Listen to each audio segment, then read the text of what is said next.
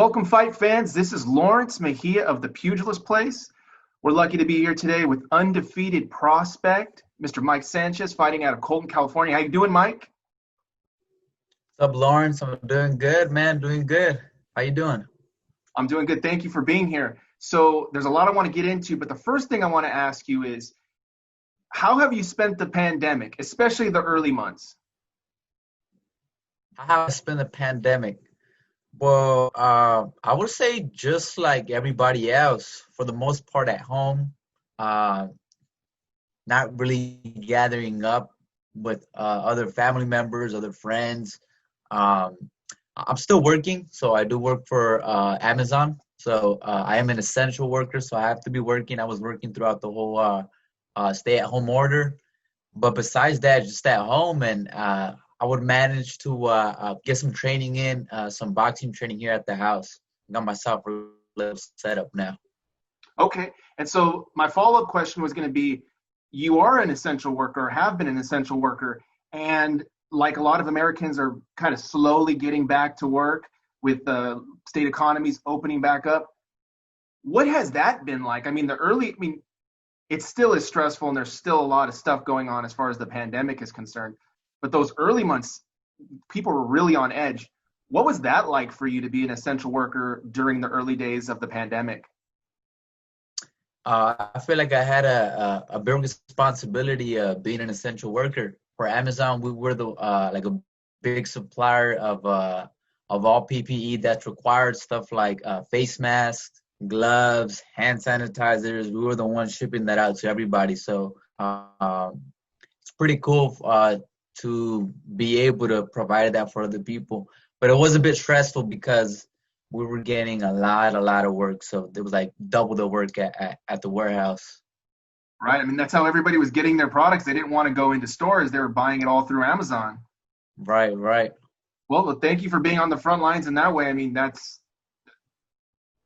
Absolutely. yeah, that's to be in that position to show up to work every day. That's a big deal for society and everybody. Thank you. So Thank you.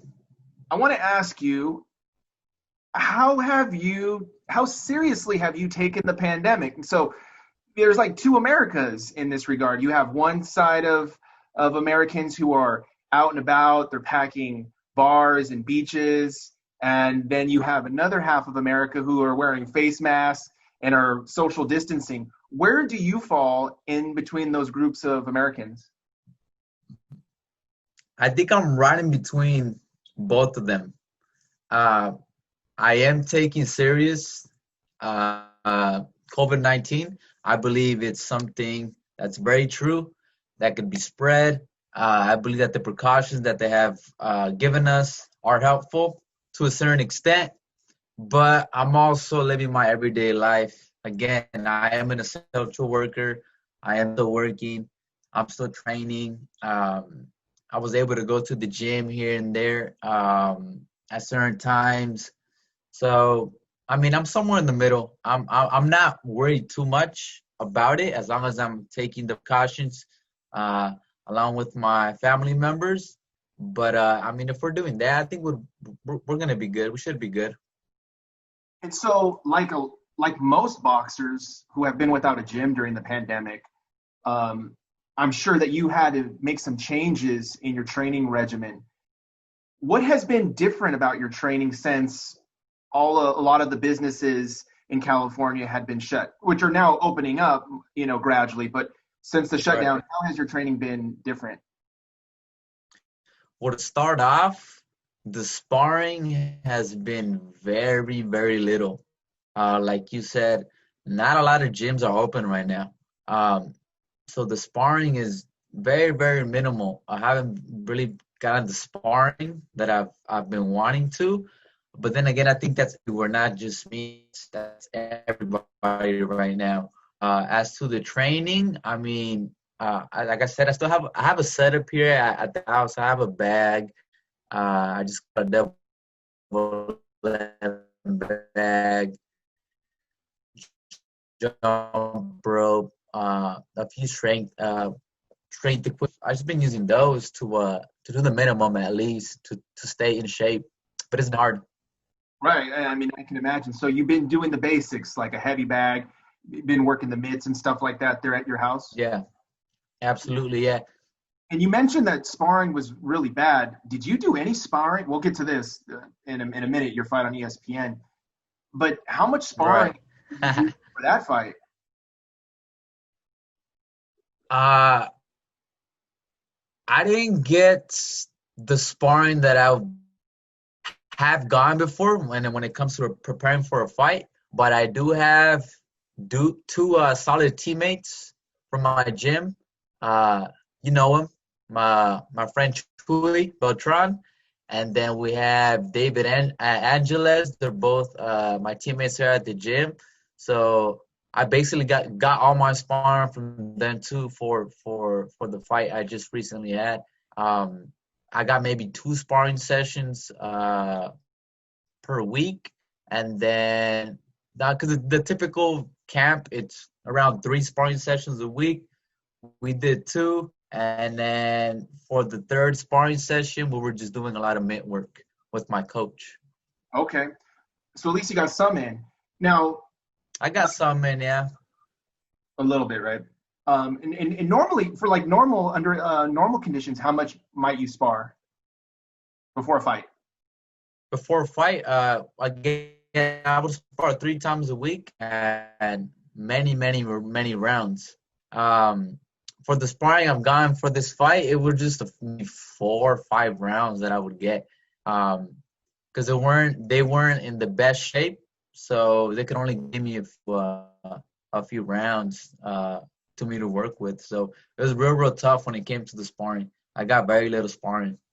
Okay. And so and like everybody's well aware you were on the Magdaleno-Vicente undercard, huge platform on ESPN, over 300,000 viewers. And so my first question before we get into the fight itself is Yeah. how did that come about? Because with so many fighters on the sidelines right now, gyms are closed. No, very Mhm. few fighters have the opportunity to train. How and why did you get the call to be on that card? Um, how that fight came about, I actually have I have my manager. His name is Seth Cruz. He's the one who's basically getting me all the fights at the moment. Uh, he, along with some, I guess, people he knows, were able to matchmakers and whatnot were able to get a hold of us and asking us if we were, giving us the opportunity to be able to fight on that undercard with that certain opponent. And we got the call. We thought about it for a few minutes, called right back, and we took it. It doesn't surprise me that you took that fight right away, just given how you are, how you're like, let's just get after it. That's your mentality. Right. If there was a little bit of hesitancy in reservation, what was it? Uh, the limitation when it comes to the training, the sparring, really. So I believe sparring is real critical when it comes to the training camp. And the time, I only trained 2 weeks. Well, I was already in somewhat shape, but I only had 2 weeks to pick it up for this fight. So it was very little time, but I feel like I was in okay shape to be able to pick it up for those 2 weeks and be able to perform for 4 rounds. Right. What was it like to fight in front of a crowdless audience? It was a bit different, especially as you're walking out, right? Usually, the fights that I've had have usually been at smaller shows, so I have my people that come support me. So as I'm walking out, you can hear the support, you can hear the noise, uh, uh, the shouts, the clapping from your people, from your audience. For this fight, I mean, it was just crickets, just for background music. That's it. You'd have to. I actually like put myself up mentally. As I was walking to the ring, uh, just so I can have noise in my mind and excite me a bit. Right. And when a lot of people were talking about the possibility of having crowdless audiences, they were mentioning like, oh, it would be no different than fighting on the bottom of a big Canelo card, for instance, like at 1 PM where people haven't arrived yet. They're still, in their hotel rooms and there's not a very big audience. But if you fight here in Southern California, as you know, whether it's All-Star Boxing, Thompson Boxing, those local club shows sell out. And so you're fighting in front of a big crowd, a couple thousand people. So, somebody like yourself wouldn't be used to that. So my next question is, take us through Top Rank's protocols and what it was like living in the bubble. Right.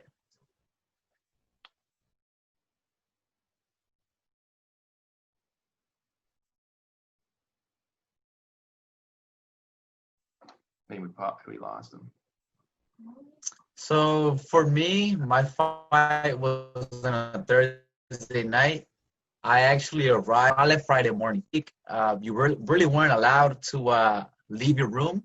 The only time you would leave your room is when you were going to work out. So everybody has scheduled times to work out. You had about an hour and a half to get your workout in for the day. And you would go downstairs for breakfast, lunch, and dinner only.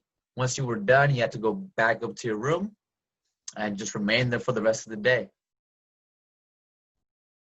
Did it feel as sterile? I mean, ESPN has gone to great lengths to say it's super safe, it's super sanitary. Did it feel like that? Did you feel like you were in a bubble? It's funny because me and my coach were talking about it after we left. He was like, and he was telling me like, "Damn, that was horrible. It was so boring the whole week there, this and that." And I responded, I was like, "For real?" And I was like, "I really didn't mind it, honestly." But he said something. He was like, "Well, it's because you're in fight mode. You're a fighter. You're there to fight. Your mentality is just focused on it. So you don't mind just, relaxing and mentally visualizing the fight." So I'm like, oh, that's pretty true. That's pretty true. I wasn't in fight mode the whole week. So for them, for my coach and my assistant coach, we're probably bored as hell. Right, especially being in Vegas. I mean, everybody loves. That's what people. That too. You're going for the fight. You're going to Vegas. I can see that you're in Vegas and you're locked up. Yeah. Yeah. So the fight resulted. It was a good fight. You made a good showing of yourself. It resulted in a draw. Talk to me about your thoughts on the fight and the decision. On the fight, I was for the fight. The fight was said to be the fight was said to be either a 4 or a 6-round fight. So it could have changed the day of. So we didn't know if we were going to do 6 or 4.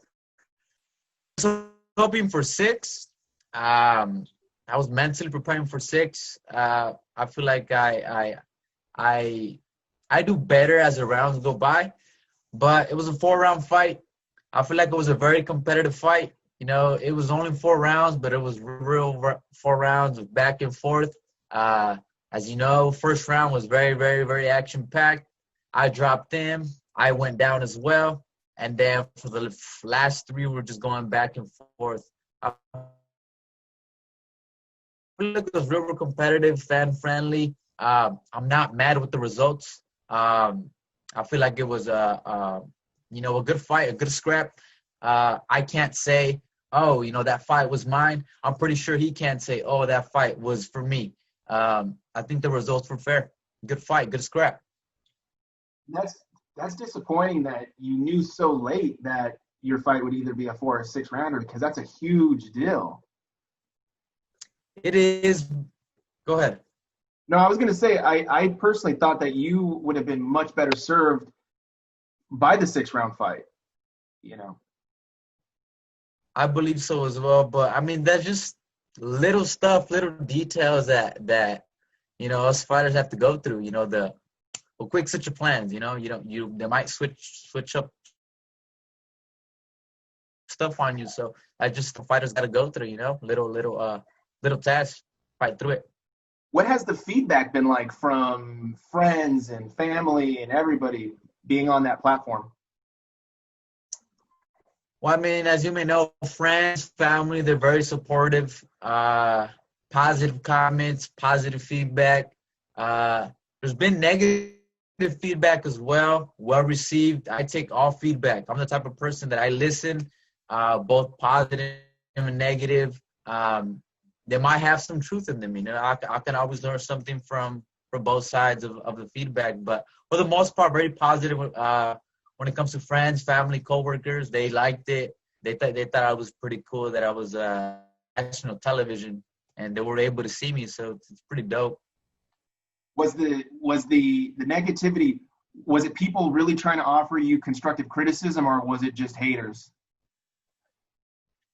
Uh, no, it was constructive. It was constructive criticism. I haven't gotten any hater comments. At least not, personally. Maybe behind my back, I don't know. Yeah. But most of it has been constructive criticism. Do this, do that. Then again, most people aren't experts. They don't know the game. But I'm all ears. I listen. They may have some truth in them, not. I don't lose anything by just listening up. Right. Okay. So you recently started a new YouTube channel. Would you like to plug it? Yeah, I mean, I did. I started a YouTube channel maybe like 2, 3 months ago. It's basically my ring name, Mr. Mike Vlogs. It's my YouTube channel. It consists of three things: perspective, mindset, and motivation. Basically, my experiences from fighting, from my life in general. I just kind of share what I have. Just to get my thoughts out. Sometimes I feel like I have a lot of stuff going up in here, and just sharing it with people, it kind of makes me feel a bit better. Maybe I can help someone out, or maybe someone can I don't know, relate with me, and maybe it can help them out in an area of their life. I think it's pretty cool. Right. And it's very informative about yourself. I've learned a lot about you. I want to ask you a couple of questions about things I've learned about you. Before that, though, so why? So first of all, why did you create the channel in the first place? I know you've gone into what you talk about on the channel, but why did you decide to do it? I feel like I've I've been told before, I forget who, but I've been told before that if you express stuff like from what you're thinking out, you kind of better, how can I put it into words? You kind of are able to view your thoughts a different way. So let's say I'm thinking something, and if I like tell you, hey Lawrence, check this out, this and that, I now get to hear myself, with my own ears. I get to hear my thoughts basically from someone else. So it's kind of hard to explain, but I don't know. I just like it. I like sharing my thoughts when it comes to my fighting and my life in general. And that's not a It's just me, man. I'm a big nerd, man. I'm a big nerd. I'm a fighter. I'm a boxer, but deep down, I'm a big nerd. I love learning. I love sharing. I love reading. That's just me. It's okay to admit that you're a nerd when you can knock somebody out, you know? You can do that when you can literally Pretty knock. cool. So in your videos, you come through in a very positive light. You're very encouraging, very uplifting. My question to you is, why the positive route? Fighters brand themselves in different ways. Sometimes it's the pretty boy, sometimes it's the villain, flaunting money. Why is it positivity for you? Well, first off, that's just who I am. I love positivity. I love spreading it. And two, I feel like me spreading positivity can help other people. I'm all about helping others as well. A big reason why I'm boxing is because I feel like I could get a bit of a voice, a bit of a bigger voice. And with that voice, I'm able to spread positivity and, give insights, for example, when it comes to my YouTube channel. I'm able to, communicate with people. Maybe some people are struggling, maybe my words, my insights might help them in their life in general. Are you an introvert? You seem to enjoy your time alone. I am an introvert. I'm an introvert, but I've made myself. I'm an introvert, but I make myself be an extrovert. Like I'm cool. I'm cool with just chilling, relaxing. Like I'm okay with that. Like that doesn't mean if you see me at times I'm in a bad mood, it just means that's just me. I think just me naturally. But I force myself to be an extrovert because again, I love sharing what's up here. You're also very intellectual. Do you know what you would be doing if it were not for boxing? Uh I don't know exactly what I would be doing. Maybe school. I don't know what exactly though. Uh, but that's a good question. Everything I do is focused and like rotates around boxing though. So if I were to not be boxing, it'd have to be boxing related somehow. Not sure how, but it has to be boxing, fighting related. Interesting. Maybe it'd be like exercise science, kinesiology, something like that. Something like that. Something when it comes maybe health based for sure.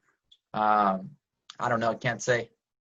So you love reading.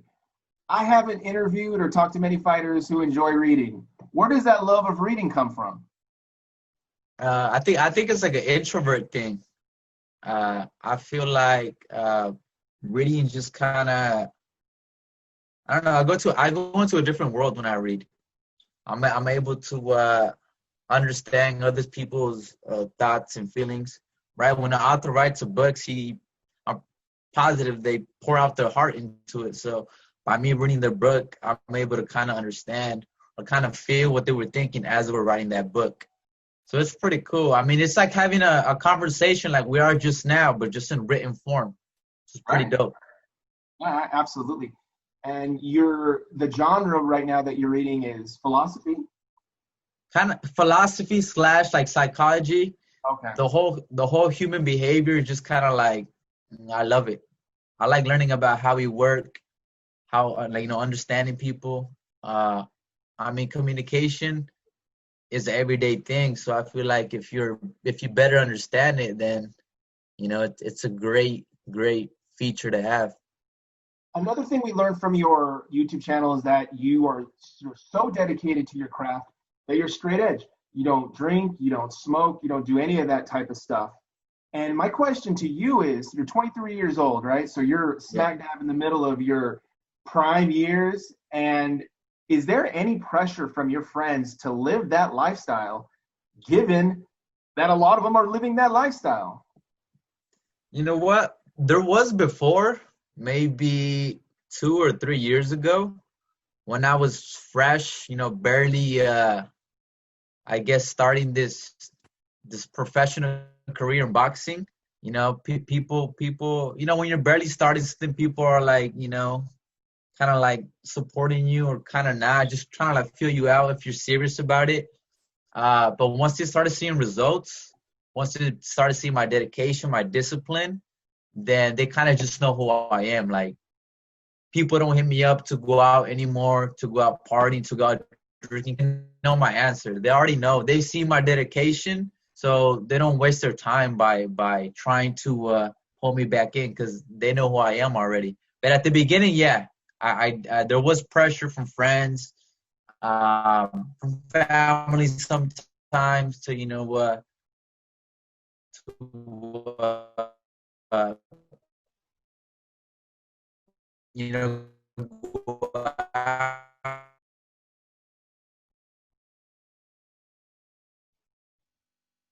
oh shit, what happened? Yeah, I think you're back. All right, I think we froze up there. We're good. We're good now, right? Yeah. Okay. what, So what was I saying? no, Where did I leave off? no. So I got most of it. I got to where you're talking about how um, people like family members and stuff like their understanding of your dedication to boxing, and so they don't even ask anymore. Right, yep. Is there any little part of you that feels like, man, I'm missing out, or are you just so fully focused on the fight game? I think I'm over that stage. I don't think like that anymore. I'm just so focused that that doesn't even run through my mind anymore. Good for you. Thank you. Okay. In terms of days of the week, Mondays are your favorite. Fridays are your least favorite. Explain. You see my vlog, huh? Of course. Dope. Thank you. Um, yeah. So for the most part, majority of people, you know, they get excited when Friday comes. You know, it's the end of the week. For most of us, it's payday. Everybody has money. Everybody has plans for the weekend to go out. Don't get me wrong. I'm not against going out, having fun, friends, family time. I'm not against that. Um, but that for me has changed now. I feel like my focus is in boxing. So the training for boxing is usually Monday through Friday. So Saturday at times when you're in camp, you throw in a 6th day. But Friday is just like, hey, no more training until Monday. So it's just very sad because I don't get to train. So I'm so focused on my craft that I can't wait to for Monday to hit so I can keep practicing and training and getting better on my craft. So I'm very pumped when it comes to Mondays. Again, Saturdays, Sundays, it's not like I'm going out or going out drinking. So I don't. For the most part, my weekends, what I do is just relax, read some books, recover from the hard workout Monday through Friday, and then I'm ready to go back Monday morning. You're like the opposite of people. Most people dread the work and then live for the extracurricular stuff. You live for the Yep. work, and you're like, there's not a whole lot of extracurricular stuff going on because that's not how you get down. And that's because of boxing. Because if I worked a regular job, which I do, but that's everything I did, then I'd be like, oh, I'd be dreading Mondays. But because of boxing, it's different.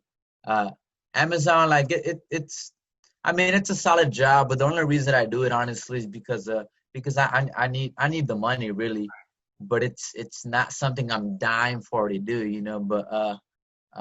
But I do it well. I do my job well. I put 100% effort at that job as well, but it's not like my dream job.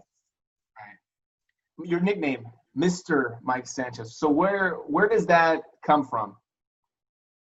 You know what? You're gonna have to ask my coach. He's the one who came up with it.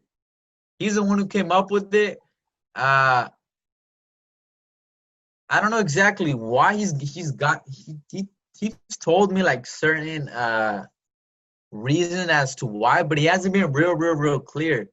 I don't know. I'm guessing it's my personality. I'm not sure. You're gonna have to ask him.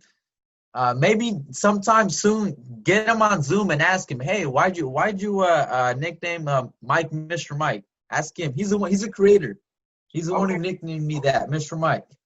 So he gave you that when you turned pro, or? When I think it was before I turned pro. I'm not sure when exactly, but I think it was before my pro debut.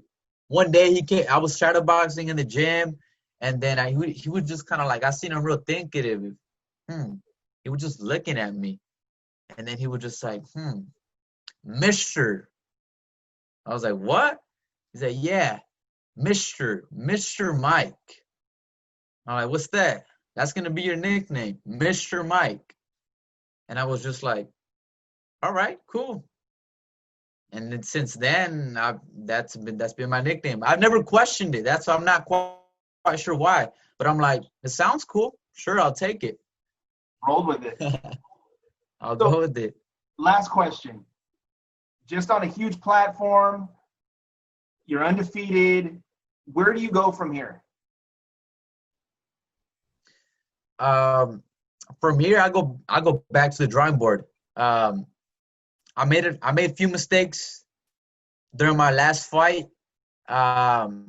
It's weird because I was just talking about this with my dad too. I've known I was making mistakes at the gym, but you don't really get to see or realize them 100% until you're in a real life situation. So this fight, it was a real life situation, a real fight, a real professional fight, and I was able to live and pay for my mistakes. So that really opened my eyes that, hey, Mike, you're making mistakes. They're here. Let's go ahead and go back and fix them.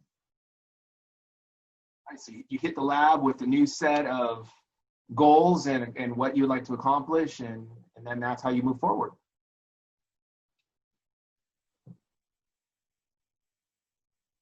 Absolutely. All right, Mike. Thank you so much for the time. Go ahead. Where can fight fans follow you on social media? And go ahead and plug your YouTube channel again. Yeah, so on IG, you guys can follow me at Mr. Mike Sanchez. That's Mr.Mike Sanchez. On my Twitter, I'm going to be a bit more active on my Twitter. You can follow me at Mr. without the dot, so Mr.Mike_Sanchez. And you guys can subscribe to my YouTube channel, Mr. Mike Vlogs. Again, I share some insights, some perspectives, some mindset when it comes to fighting and my life in general. Check them out. Thank you so much for the time, Mike. We appreciate it. We look forward to seeing you back in the ring real soon. Thank you, Lawrence. It was a pleasure, man. All right. Appreciate it. Thank you. All right, man. Have a good one.